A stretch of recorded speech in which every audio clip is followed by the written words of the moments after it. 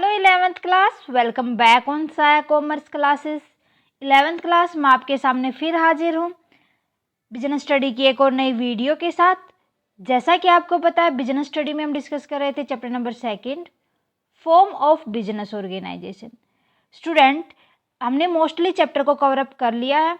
Hope आपको अच्छे से समझ आ गया होगा। अगर आपने अभी तक प्रीवियस वीडियोज़ नहीं देखी हैं तो फटाफट से प्लेलिस्ट में जाएँ और देख लें। आज हम इस लास्ट टॉपिक के साथ इस चैप्टर को फिनिश कर लेंगे।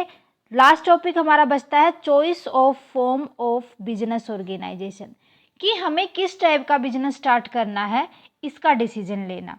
तो उसके लिए कुछ फैक्टर होते हैं जो अफेक्ट करके चलते हैं कि हम किस टाइप का बिजनेस स्टार्ट करें, हमें क्या सोचना उसके लिए। तो ये सारे के सारे फैक्टर आज की क्लास में हम डिस्कस करने वाले हैं। देखते हैं। So, choice of form of business organization, the following factor are important for taking decision about form of organization। कि जब हमें किस टाइप का बिजनेस स्टार्ट करना है, इसके लिए कुछ इंपॉर्टेंट फैक्टर होते हैं जो जब ये डिसीजन लेते हैं तब वो अफेक्ट करते हैं।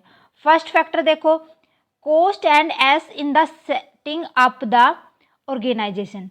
ईज एंड कॉस्ट, क्या ये ईज एंड कॉस्ट कि किसी भी ऑर्गेनाइजेशन के ऊपर कितना हमारा खर्चा होना है, कॉस्ट लगनी है, हम उसको एस्टैब्लिश करने पर लगभग कितना खर्च कर देंगे। तो ये सब डिसीजन और हमारे पास कितना पैसा है वो सब कंपेयर करके ही हम फॉर्म ऑफ बिजनेस का कि किस टाइप का बिजनेस स्टार्ट करें ये डिसीजन ले पाते हैं। सोल प्रोप्राइटरशिप की अगर बात करें, जो खुद का बिजनेस हमें अकेला बंदा मिलकर अकेला कैपिटल लगाता है, अकेला रिस्क बियर करता है, तो इस टाइप का अगर बिजनेस स्टार्ट करें तो उसके अंदर कम कैपिटल की नीड होती है। तो sole proprietorship is the least expensive and can be form without any legal formalities to be fulfilled. और सोल प्रोप्राइटरशिप के लिए ज़्यादा कुछ भी लीगल फॉर्मेलिटी करने की जरूरत नहीं होती, क्योंकि पैसा तो वहाँ भी लगता है ना। But in case of company is also expensive with lot of legal formalities. अगर हमारे पास ज़्यादा पैसा है तो हम कोई भी कंपनी एस्टेब्लिश कर सकते हैं, क्योंकि जो कंपनी होती है वो मोर एक्सपेंसिव होती है, क्योंकि उसके अंदर बहुत सारी लीगल फॉर्मेलिटीज भी होती है ना। तो ये सारी की सारी चीज़ें भी अफेक्ट करके चलती है कि हम किस टाइप का बिजनेस स्टार्ट करने के कैपेबल हैं। नेक्स्ट है second, capital consideration. Business require less amount of finance prefer sole proprietorship. कि sole proprietorship and partnership firm, कि जब बिजनेस को कम अमाउंट की जरूरत होगी, चाहे वो सोल प्रोप्राइटर हो या पार्टनरशिप, उन दोनों में से देखेंगे किसको पैसे की कम की नीड होगी। अगर हमारे पास बहुत ज़्यादा बंदे हैं पैसे लगाने के लिए तो हम पार्टनरशिप स्टार्ट कर देंगे। कोई बंदा है ही नहीं पैसे लगाने के लिए, शेयर करने के लिए रिस्क वगैरह को, कैपिटल वगैरह को, तो अकेली हूँ मैं, तो मैं क्या करूँगी, सोल प्रोप्राइटरशिप स्टार्ट कर दूँगी, है ना। Whereas business activity require huge financial resources prefer company form. कि जहाँ पर अगर हमने क्या किया, कंपनी स्टार्ट की, तो कंपनी स्टार्ट करने के लिए हमें बहुत सारी कैपिटल की नीड होगी, है ना, क्योंकि उसकी एक्टिविटीज़ के लिए जितने भी बिजनेस एक्टिविटी होती है वहाँ पर तो पैसे की रिक्वायर होती है बहुत ज़्यादा मात्रा में। यहाँ पर डिसीजन हम किसके रिगार्डिंग लेंगे कि हमारे पास कैपिटल कंसिडरेशन कितना है, कितने तक हम कैपिटल लगा सकते हैं। उसके बाद आता है नेचर ऑफ बिजनेस। ये चीज़ें भी डिपेंड करती हैं बिजनेस का नेचर कैसा होगा। अगर हमारा काम पर्सनल अटेंशन का है, कि जैसे हमने खुद का काम करना, हम पर्सनली जो हमारे कस्टमर होंगे उनको अटेंड करेंगे, लाइक टेलरिंग यूनिट, टेलरिंग का काम हो जाएगा, कटिंग सैलून हो जाएगा।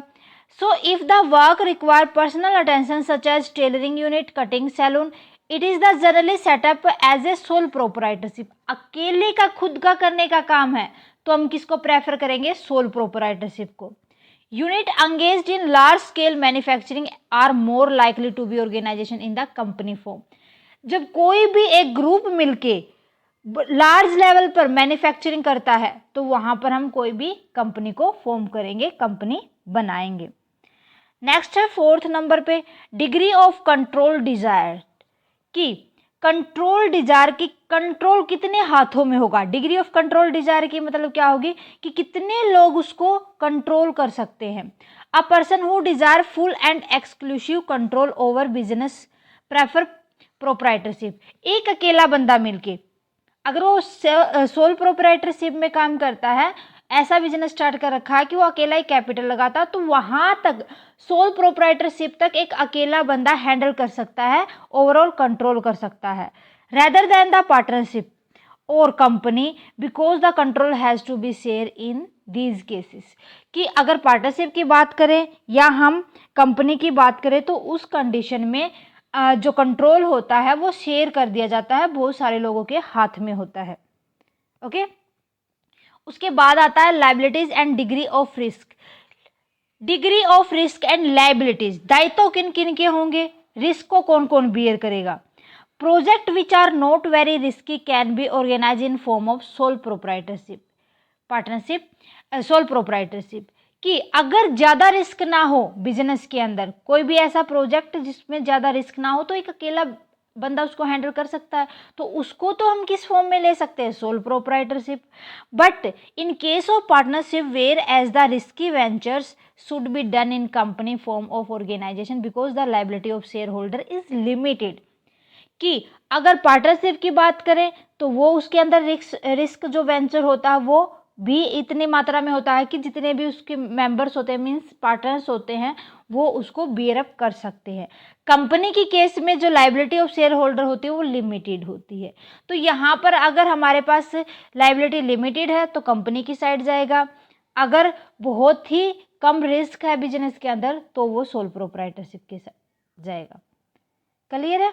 तो इस तरीके से इन सारे फैक्टर को ध्यान में रखते हुए ही हम बिजनेस का डिसीजन ले पाते हैं कि हमें किस टाइप का बिजनेस स्टार्ट करना चाहिए और किस टाइप के बिजनेस को स्टार्ट करने के कैपेबल हैं हम। ओके, तो स्टूडेंट ये था हमारा chapter number 2, form of business organisation. Hope आपको अच्छे से समझ आ गया होगा। फिर भी किसी भी टॉपिक के रिगार्डिंग कोई भी डाउट है या आपको लगता है कि ये वाला टॉपिक कवर अप नहीं हुआ है, प्लीज़ मुझे कमेंट सेक्शन में लिख दे।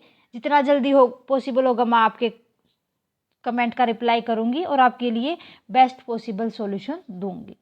आज की क्लास कैसी लगी स्टूडेंट, प्लीज़ मुझे कमेंट करके बताएं। क्लास अच्छी लगे तो प्लीज़ लाइक और अदर स्टूडेंट के साथ ज़्यादा से ज़्यादा शेयर करें। अगर आप चैनल पर नए हैं तो फटाफट से साया कॉमर्स क्लासेस को सब्सक्राइब कर लें और बेल आइकन को दबा लें ताकि आने वाली क्लास की नोटिफिकेशन आपको मिल सके।